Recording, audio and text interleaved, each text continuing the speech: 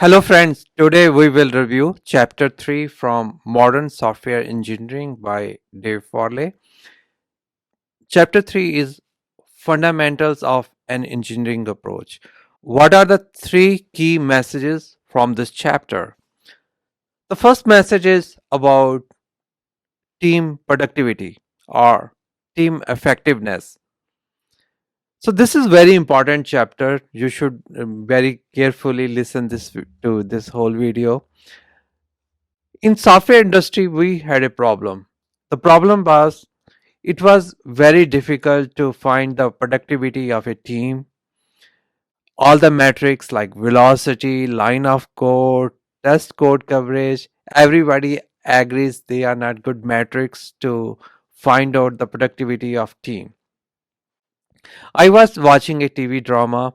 If you want in sales or other departments, it's very easy to find out who's productive, who's doing the real work. Whereas in software development, a guy may be doing a bad job, another guy may be doing very hard work, he may be building continuous integration, test driven development. And if they are being managed by a non technical manager, he may not know who's working hard and who's more productive, who's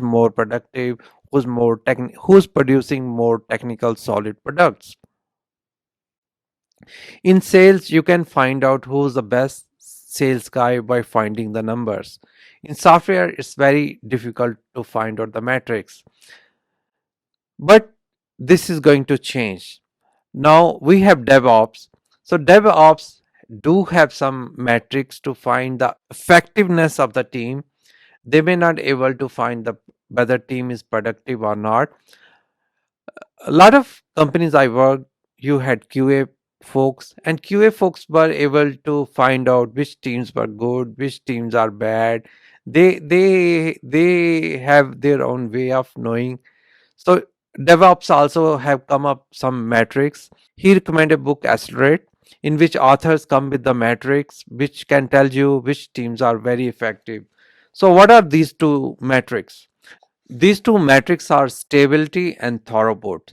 Stability is like when you push your application to production, how stable is it?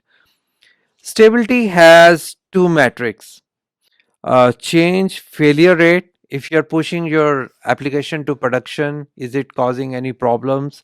Recovery failure time. How quickly you can recover from failure.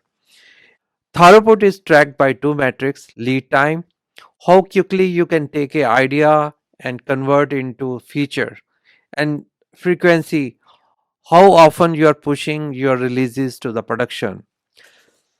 So it makes sense if your application if your team is going to be tracked by these two metrics, stability and throughput, it makes sense to find out how good is your team.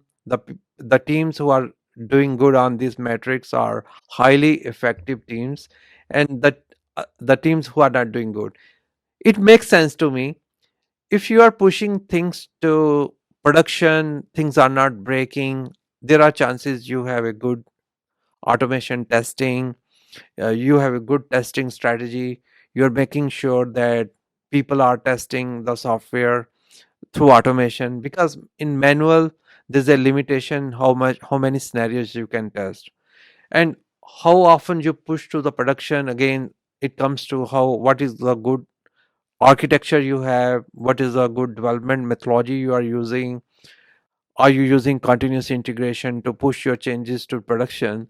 I remember I had continuous integration in one of my department, and a new QA joined. She was shocked that we were able to push production QA our build, just the build, to QA environment within 30 minutes. She had worked in organization where they used to take 2 or 3 days to push changes to staging or QA environment.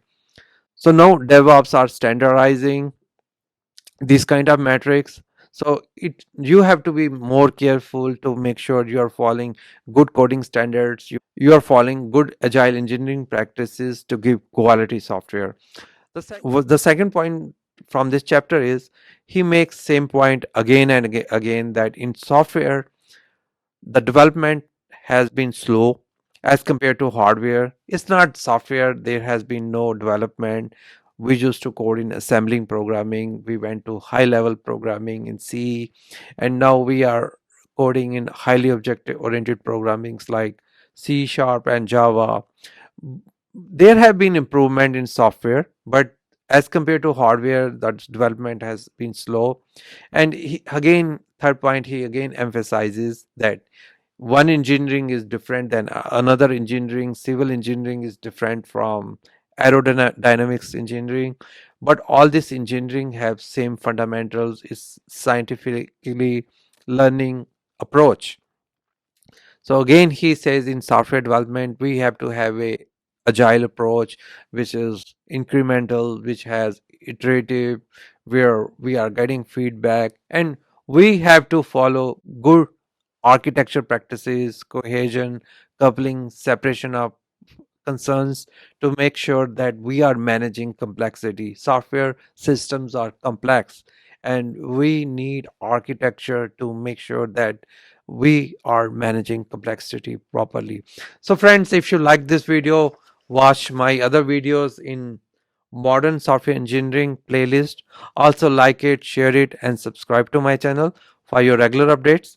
Connect with me on LinkedIn and Twitter, especially LinkedIn. If you like small summaries of the video, I will be posting a lot of small summaries of the video on LinkedIn. Thanks again.